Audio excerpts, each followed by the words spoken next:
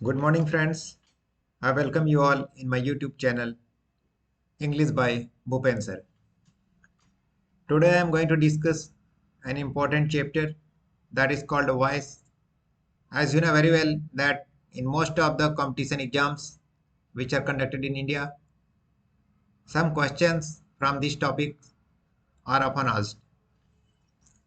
तो चलिए हम शुरू करते हैं आज का टॉपिक वॉइस। वॉइस का मतलब क्या होता है? वॉइस मतलब हमारे किसी बात को कहने का तरीका होता है और वॉइस केवल होता है ट्रांजिटिव वर्ब का। ट्रांजिटिव वर्ब से आप भली भांति परिचित होंगे। ट्रांजिटिव वर्ब से तात्पर्य वह वर्ब जिसको एक ऑब्जेक्ट की आवश्यकता पड़ती है। Transitive verb means a verb which requires an object. जैसा कि यदि आप कहते हैं कि I am eating,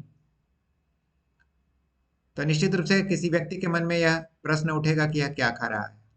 I am eating a mango. तो जो यहाँ पर ईट जो वर्ब है वह ट्रांजिटिव वर्ब है और इन ट्रांजिटिव वर्ब को ऑब्जेक्ट की आवश्यकता नहीं होती है।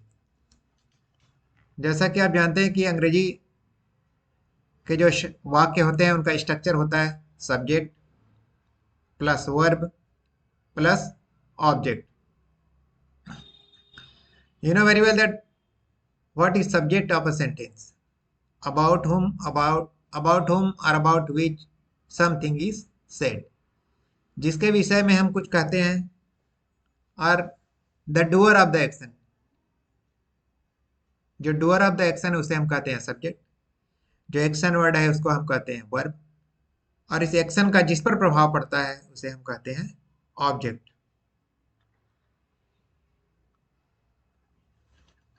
तो जब हम किसी सेंटेंस को एक्टिव वॉइस से पैसिव वॉइस में कन्वर्ट करते हैं तो वास्तव में ट्रांजिटिव वर्ब का दो वॉइसेस होता है, active voice and passive voice.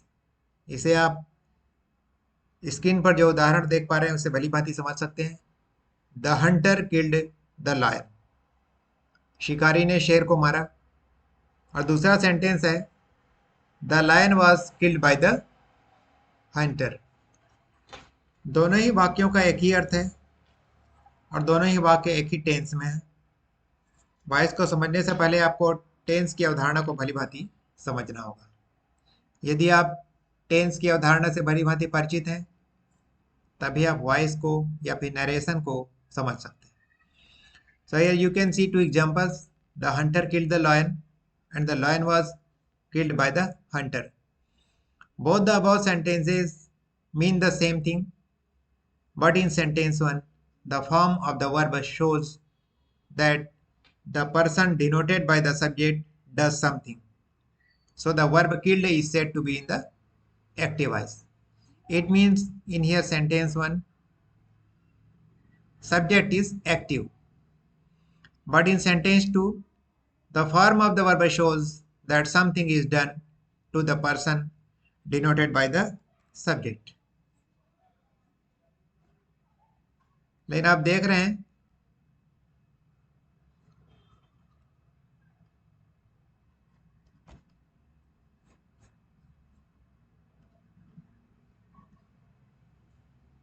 तो दूसरे सेंटेंस में चूंकि जो वाज किल्ड है वो पैसिव वॉइस में है, क्योंकि यहाँ पर जो हमारा सब्जेक्ट है वह पैसिव हो गया है, एक्टिव नहीं रह गया, पैसिव हो गया है। Here the subject is not important in second sentence.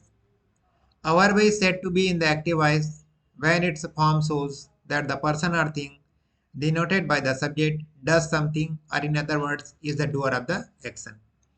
तो जहाँ पर सब्जेक्ट स्वयं डूअर ऑफ द एक्शन है तो वहाँ पर वह वर्ब एक्टिव वॉइस में कहा जाता है, और जब सब्जेक्ट डूअर नहीं है बल्कि रिसीवर ऑफ द एक्शन है तब उसे हम कहते हैं पैसिव वॉइस में। The passive voice is so called because the person or thing denoted by the subject is not active but passive, that is it suffers or receives some action. ये हो गया। अब हम अगली स्लाइड देखते हैं। जब हमने अपनी बात एक्टिव वॉइस में कह सकते हैं तो पैसिव वॉइस की जरूरत क्यों होती है?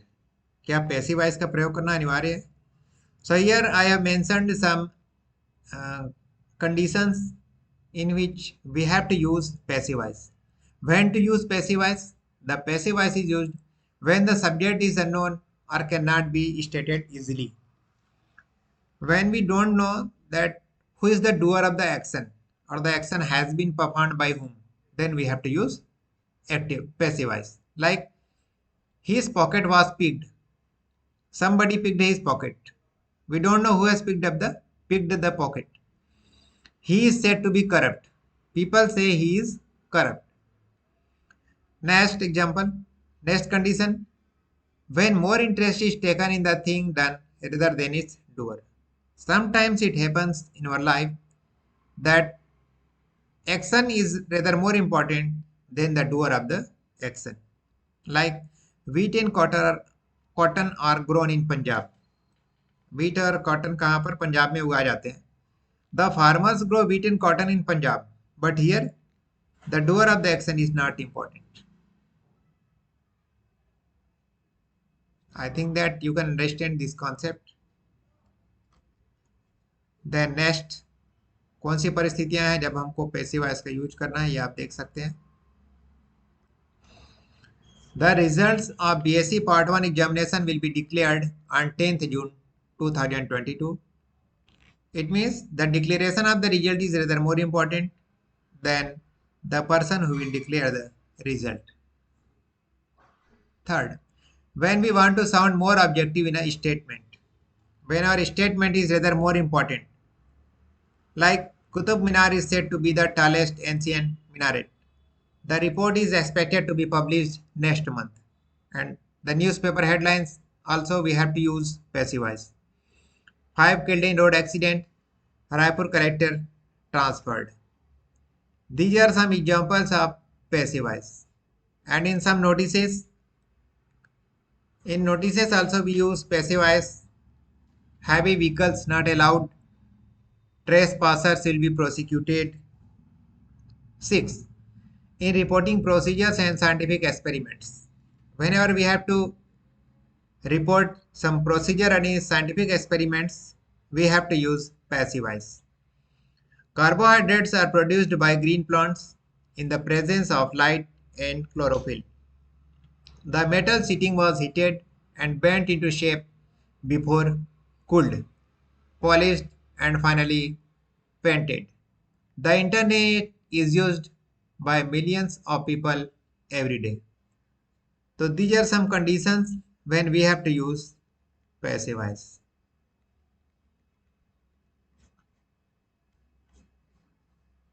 Then this is the most important part. How to change from active to passive voice. किसी वॉइस को हम एक्टिव से पैसिव में कैसे चेंज करते हैं. तो वॉइस किसका होता है, वास्तव में वॉइस होता है ट्रांजिटिव वर्ब का. So here with the help of some examples you can understand very well. Later on I will elaborate this chapter and I will take all the tenses separately so that you can understand better. Read the following examples. Active voice. Children like toys. बच्चे खिलौने पसंद करते हैं. Passive voice में हम इसे लिखेंगे toys are liked by children. Second example, he made an impressive speech. An impressive speech was made by him. Third one, they will entertain us. We shall be entertained by them. जो first example है वह simple present tense में, जो second example है वह simple past tense में, और third example वह है सिंपल फ्यूचर टेंस में है. ये खाली एग्जाम्पल्स हैं, आगे मैं इसको एक्सप्लेन करूंगा.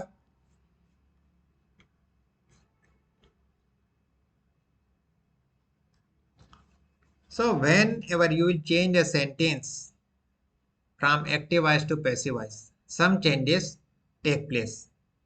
So what are the changes? जब हम किसी सेंटेंस को एक्टिव वॉइस से पैसिव वॉइस में कन्वर्ट करते हैं तो क्या क्या चेंजेस आते हैं. और आप लोगों को एक बात बता दूं, जो सेंटेंस ट्रांसफॉर्मेशन करके जो आता है टॉपिक एग्जामिनेशन में, उसमें वॉइस अनिवार्य रूप से रहता है. Sentence transformation where you are asked to change a sentence from active voice to passive voice or vice versa. It means passive voice to active voice. So whenever we will change a sentence from active voice to passive voice, the subject of the verb in the active voice becomes the subject of the verb in the active voice becomes the object of the verb in the passive voice. This is the first rule. Second rule, the object of the verb in the active voice becomes the subject of the verb in the passive voice.